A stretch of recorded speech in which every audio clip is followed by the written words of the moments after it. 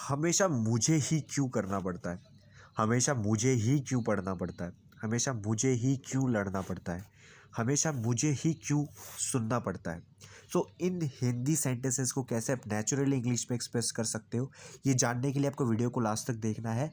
और इस वीडियो में मैं आपको स्ट्रक्चर समझाऊंगा, जिस तरीके से एक नेटिव इंग्लिश स्पीकर कहता है वो स्ट्रक्चर, उसके पीछे का सिचुएशन बताऊंगा, ऑल्टरनेटिव्स बताऊंगा ताकि आपका कॉन्फिडेंस बूस्ट हो, एंड एग्जाम्पल सेंटेंसेस दूंगा ताकि आपको अच्छे से स्ट्रक्चर समझ में आ जाए। सो वीडियो को लास्ट तक देखना है। और अभी तक अगर आपने मेरे चैनल को सब्सक्राइब नहीं किया है, so please subscribe to this channel.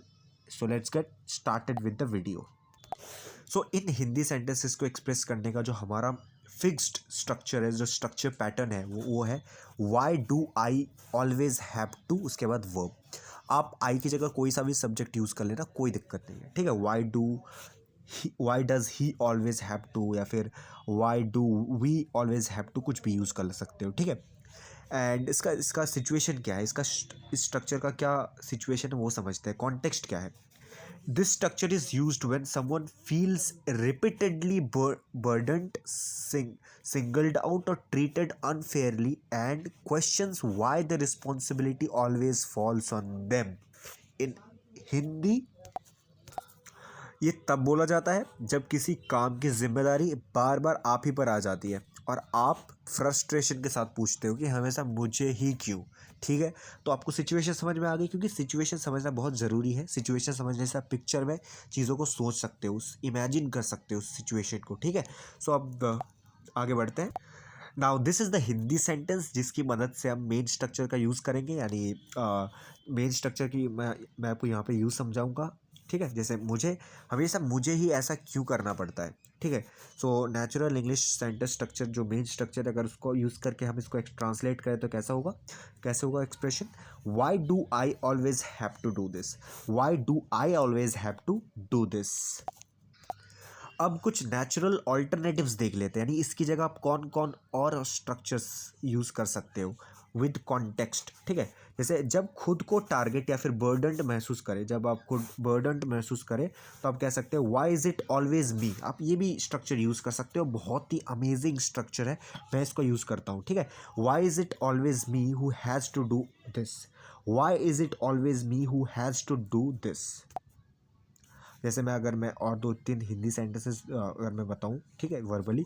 सो जैसे हमेशा मुझे ही क्यों लिखना पड़ता है, why is it always me who has to write, why is it always my brother who has to do all this stuff, इस तरीके से, ठीक है। दूसरा ऑल्टरनेटिव जो यूज़ कर सकते हो आप, रिस्पॉन्सिबिलिटी अनफेयरली मिलने पर, why does this always fall on me, why does this always fall on me, आप ये भी यूज़ कर सकते हो, why does this always fall on me. तीसरा alternative that you can use, why am I always the one doing this, why am I always the one doing this, emphasis on me only, है ना, क्योंकि मैं ही क्यों ऐसा कर रहा हूँ हर बार, मुझे क्यों करना पड़ता है। Fourth natural alternative, how come I always end up doing this. Casual और स्पोकन इंग्लिश है, मतलब स्पोकन इंग्लिश में बहुत ज़्यादा यूज़ होता है, कैजुअली कह सकते हो how come I always end up doing this, how come I always end up writing, how come I always end up doing all this stuff.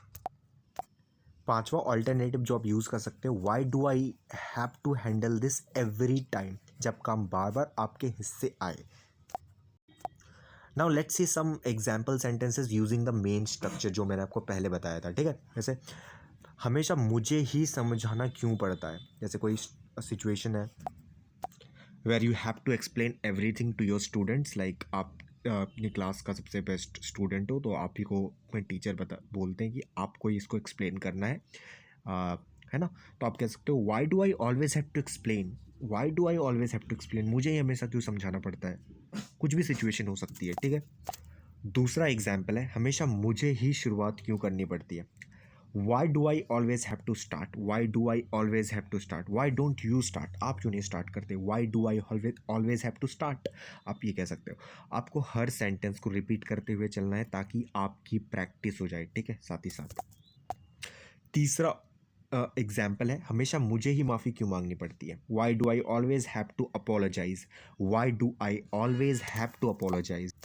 चौथा एग्जाम्पल है, हमेशा मुझे ही एडजस्ट क्यों करना पड़ता है। Why do I always have to adjust, why do I always have to adjust.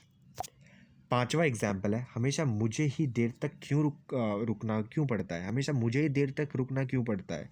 Why do I always have to stay late, या why is it always me who has to stay late, मैं ही क्यों। Why does this responsibility fall on me. छठा example है, हमेशा मुझे ही phone क्यों करना पड़ता है, आप क्यों नहीं करते। Why don't you call me, why do I always have to call first, why do I always have to call, go ahead and call, इस तरीके से कह सकते हो, ठीक है। सातवां एग्जाम्पल है, हमेशा मुझे ही जिम्मेदारी क्यों लेनी पड़ती है। Why do I always have to take responsibility, why do I always have to take responsibility. आठवां एग्जाम्पल है, हमेशा मुझे ही सेक्रीफाइस क्यों करना पड़ता है। Why do I always have to make sacrifices, why do I always have to make sacrifices. आपको हर सेंटेंस से कुछ ना कुछ सीखने को मिलेगा, सो रिपीट करते चलना है। नवा एग्जाम्पल है, हमेशा मुझे ही क्यों संभालना पड़ता है, हमेशा मुझे ही सब क्यों संभालना पड़ता है। Why do I always have to handle everything, why do I always have to handle everything. 10वां और आखिरी एग्जाम्पल सेंटेंस है, हमेशा मुझे ही आगे क्यों आना पड़ता है। Why do I always have to step up, why do I always have to step up. Now this is a practice sentence for you guys. आपको इसको एक्सप्रेस करना है, हमेशा मुझे ही कॉल क्यों करना पड़ता है, इसको आपको एक्सप्रेस करना है, ठीक है।